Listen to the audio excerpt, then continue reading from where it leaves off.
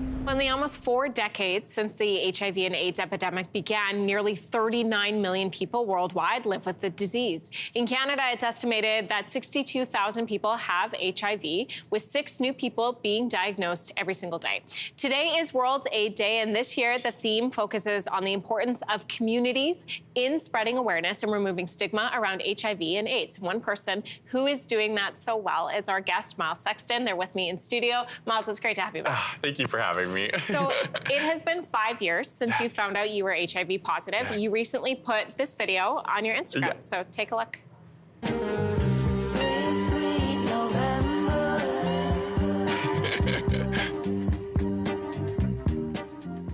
Miles, what do you think when you watch this video? You know, I think it's just really important that people understand that like HIV still exists and it's still an epidemic. You know, a lot of people are like, oh, I thought there was a cure. And I'm like, no, that's not the case at all. Or people think it's still like a death sentence. It's like kind of one or the other, you know? So I felt like it was really important this year to like remind people that this is still an epidemic that's going on every single day. An epidemic when we look at the numbers, but also Yes. like in terms of just misunderstanding. Totally, 100%. So you mentioned there are a lot of people who are living with undiagnosed HIV. What do you Yes. think can be done to change this? Well, you know, because now we have about 6 new cases every single day. One of those new cases are now in women. A quarter of these cases are in Indigenous communities. You know, like there's so many of these like marginalized communities that are being affected. And I think it's really important that we need to like create better access. We need more funding. You know, rapid testing clinics need to open up. You know, CanFAR's done an amazing job with opening one up in Toronto that you can get test results in 24 hours. You can get like self-testing kits discreetly shipped to your door. But like, we just need to be able to have more funding and have more access to these types of things so people know their status, right? Medical advancements Yes. mean today a diagnosis of HIV looks very different than it Totally. did 4 decades ago. But also, 4 decades ago, but Yes. also for when you got diagnosed. Yes. It has changed a lot. So what would you say is the biggest difference you're seeing today? Yeah, like, so when I was diagnosed, I just had to take a pill every single day, you know? So it's like a daily reminder of sort of like my trauma and everything that I went through. But now they have an injection that you can get where I only have to do it every 2 months. Like, that's literally like, from a mental health standpoint, that's life-changing. It's also changed my quality of life because I don't have to think about it. I go get this injection of my medication and I'm done, you know, and I get to like live my life just as it was, right?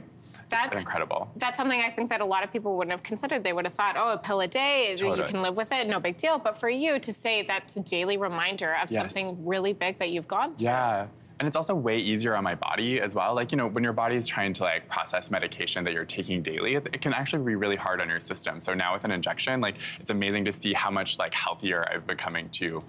Miles, for you, for people who are watching right now, how could we all be more inclusive for people who are living with HIV? Absolutely. You know, I think it's like we can't wait until we're personally affected. And I really say that. And in order to create an inclusive space, we need to learn about things that we don't know about. So educating ourselves on what these advancements are, learning about HIV or just topics that we don't understand that much about, especially around sexual health, because there's so much shame there, you know, is a really great way that we can sort of like fight stigma and really create like a safer space for people.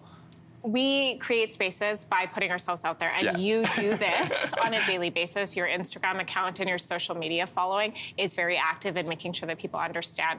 Why do you want to do this? Why do you put yourself out there?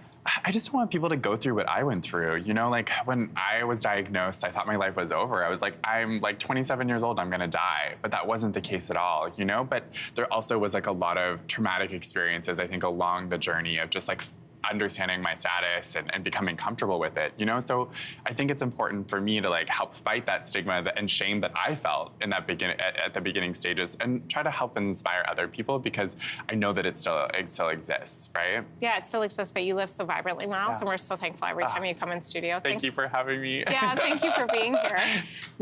Hey, thanks for watching. If you liked this, be sure to subscribe here, or you can check out more Your Morning videos right here.